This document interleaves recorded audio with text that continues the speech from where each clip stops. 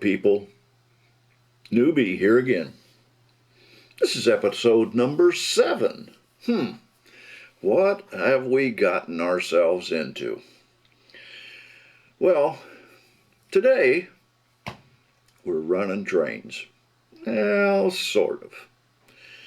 I've got, as you see here, I've got a loop set up. This is actually comes through the yard, and it'll go around. On the far end is a reverse loop, and then on the near end is another reverse loop. So basically, there's 2 reverse loops here, and you see this little train running around in here is just to test the track, and so yeah, I can lay track, and it works. Good for me, huh?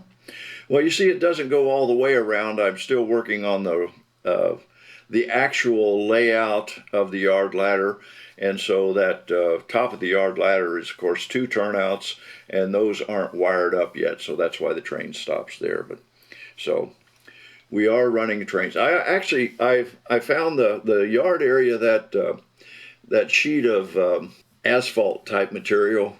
I bought that off of one of those online sites, and it basically came in a sheet. I thought that'll probably work out pretty well for the yard area. I didn't want to do road bed all through there. It just didn't work out right for me. So I thought I'd try that, and it works good. I need to do some more trimming on it, but that's going to look pretty good, I think.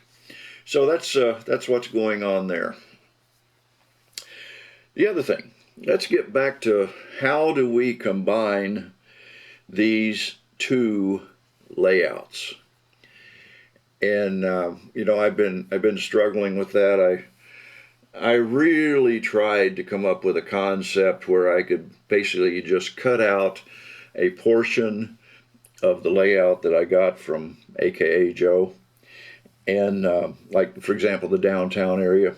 Just cut out the complete downtown area and drop it into my new layout here with inside that loop, and it just didn't fit. And any way I tried, I couldn't make that fit. So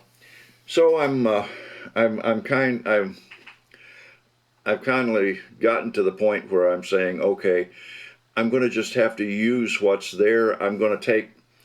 My plan is to take a couple of the scenes, like the scene with the lake and the people and the sand volleyball and that sort of thing, and keep that in its entirety. And I really like that little farm scene, so I'm going to try to make sure that I incorporate that in just the way it is, and see what else I can come up with. But the bottom line is that I don't think I'm going to be able to use as much of it as I really thought I could, or wanted to, for that matter. And so I've resigned myself to the fact that it's not going to work as I had hoped.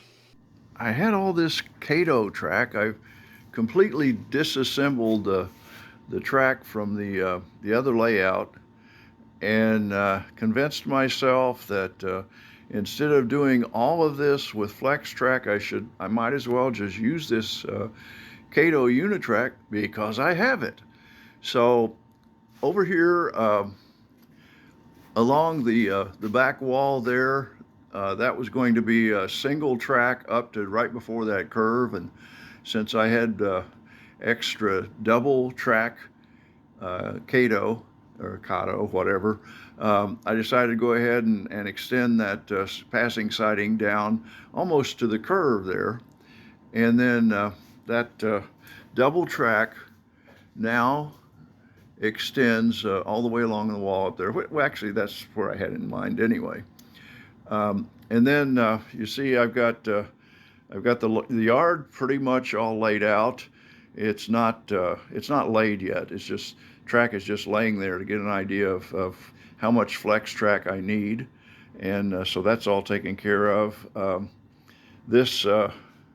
I ran a little short right here, so I decided, well, I'll just plug in a Cato, a couple straight sections in there to make that meet.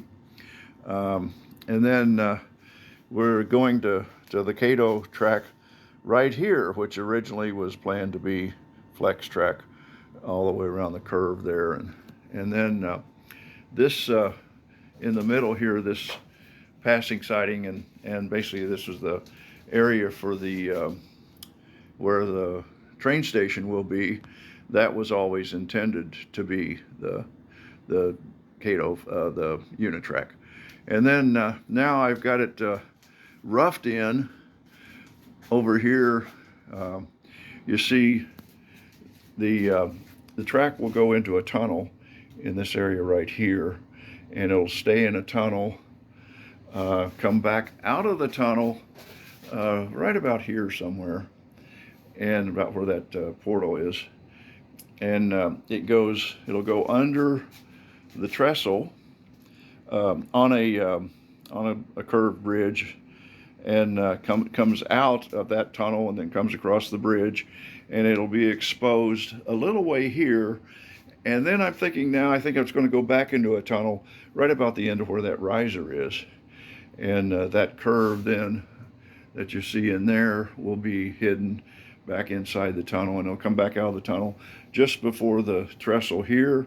It'll be exposed and go back into a tunnel in this area right here, and it'll stay in a tunnel until it comes out basically right there in that curve. The two sidings that you see there, the two turnouts, the one that goes to the left goes up to the coal mine. The one that goes to the right will go to the sawmill, lumber company, whatever. The way I've got this planned, of course, then this is going to be relatively high mountainous type region right in here. And so the layout will actually end looking at it from this way, but I'm going to leave that open in the back, so I'll have easy access to get to the tracks that are hidden in the tunnels from the back side of the layout. So that's where we are now.